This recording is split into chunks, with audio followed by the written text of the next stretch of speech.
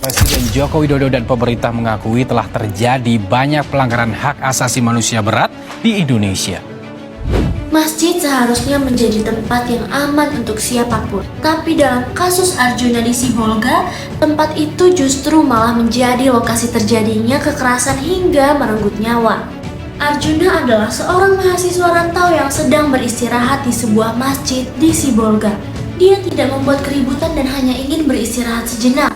Namun beberapa orang mendatanginya dan melakukan penganiayaan secara bersama-sama.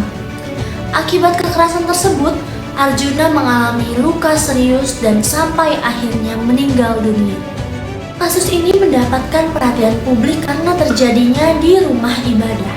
Dalam konteks hak asasi manusia, setiap orang memiliki hak untuk hidup dan juga merasakan aman. Hak ini berlaku dimanapun, termasuk di tempat umum dan juga rumah ibadah. Di dalam Undang-Undang Dasar 1945 juga dijelaskan bahwa setiap orang berhak untuk hidup dan mempertahankan hidupnya.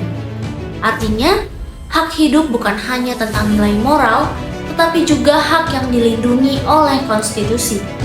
Kasus ini sangat memprihatinkan, bukan hanya karena adanya kekerasan, tapi karena hal itu terjadi di tempat yang seharusnya saling melindungi.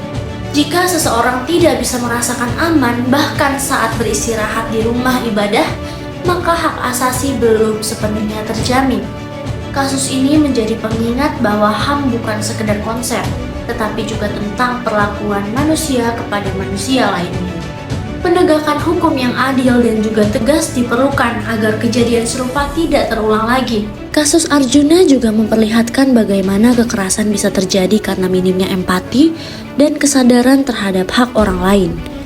Di ruang publik, terutama rumah ibadah, setiap orang seharusnya diperlakukan sebagai manusia, bukan sebagai ancaman. Ketika seseorang dianggap tidak pantas karena hanya keberadaannya, maka disitulah potensi pelanggaran hak asasi manusia muncul. Negara memang mempunyai tanggung jawab untuk melindungi setiap warga dari segala bentuk kekerasan. Tetapi di saat yang sama, kasus ini juga mengingatkan kita bahwa rasa aman bukanlah sesuatu yang seharusnya kita minta. Hak untuk hidup dan merasakan aman adalah hak bagi setiap manusia, dimanapun dan dalam kondisi apapun. Dan ketika hak itu direnggut, yang hilang bukan hanya satu nyawa, tetapi juga rasa kemanusiaan kita bersama.